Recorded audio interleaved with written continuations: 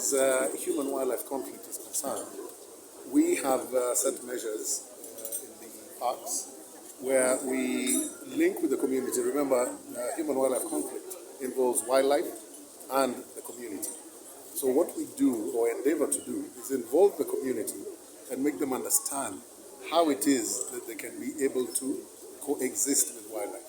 First and foremost, maybe Kenyans need to remember, and the world needs to remember that 2/3 of the wildlife in Kenya actually exists outside parks and reserves.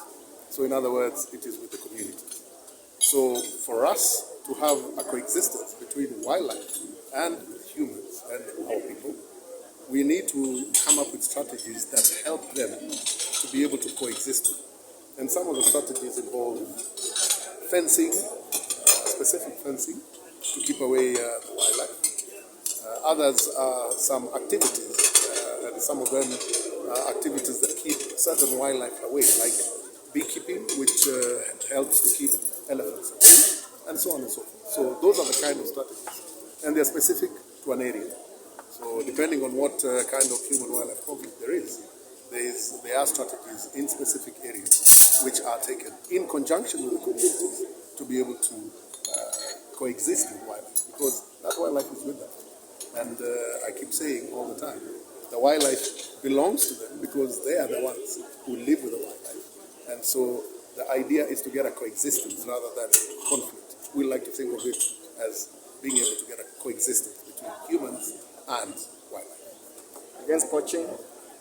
Against poaching, the activities that we're doing against poaching is using an intelligence-led system and multi-agency approach, where we work with NIS, with the DCI, with the police, and ourselves, to be able to get information about poachers and where they might be and what activities they might be planning to do, so that then we can be able to be ahead of them, because intelligence is power, or information is power, so that we can know ahead of time if an activity or a poaching is being planned, and then we're able to intervene.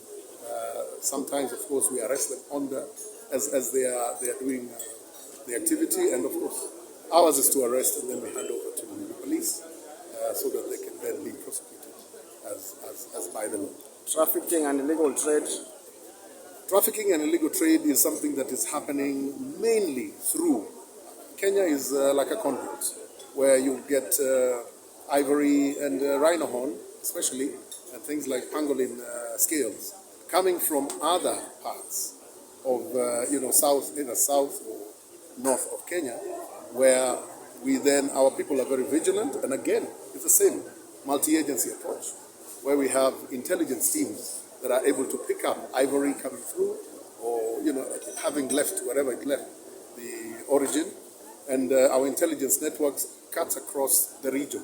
So we're able to talk to our counterparts in Tanzania, in Uganda, and other areas, where then we are able to arrest these people as they come through with that trafficking.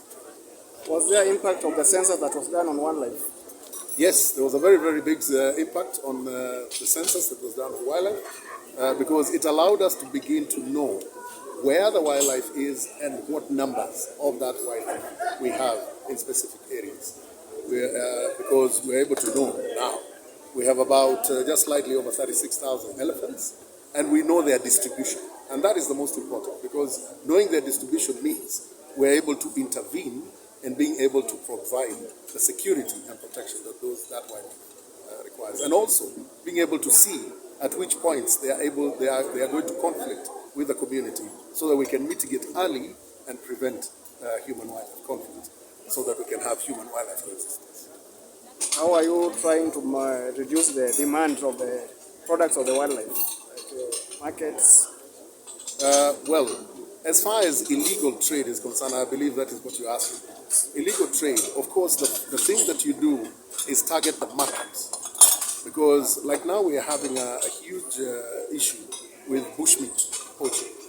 Now, bushmeat poaching, the problem is there are certain markets out there, and for us, priority one is to find where those markets are, shut them down, so that we do not have these people who are doing those illegal activities a place where they can go and sell. Because if you shut the market, person who's delivering will have nowhere to sell. And so tomorrow, they will not be able to go back and put. So that is. The country now has 174 conservancies, out of which have 4,000 rangers, community rangers, working in them. And these rangers are working in the interface between people and wildlife to prevent poaching activities, to undertake snaring efforts, and also to report any illegal activities to Kenya Wildlife Service, for Kenya Wildlife Service to therefore be able to arrest it.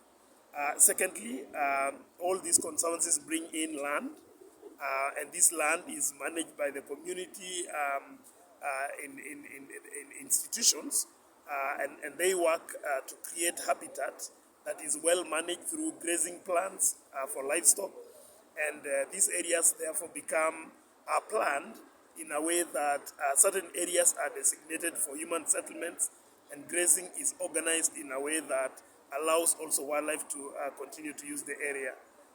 By doing this, the conservancies are creating safe havens where wildlife are able to move, where illegal activities such as charcoal burning, trophy hunting, hunting of trophies that is illegal, to be prevented, and therefore wildlife find safe spaces where they can be able to breed, migrate, and feed, and therefore being able to increase in number.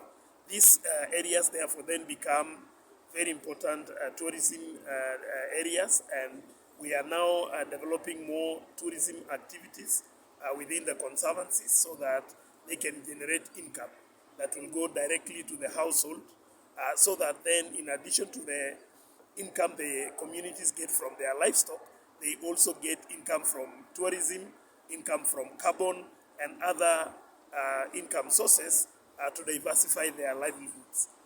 And that way, the communities are benefiting, and the wildlife, therefore, are also benefiting by and encourage coexistence.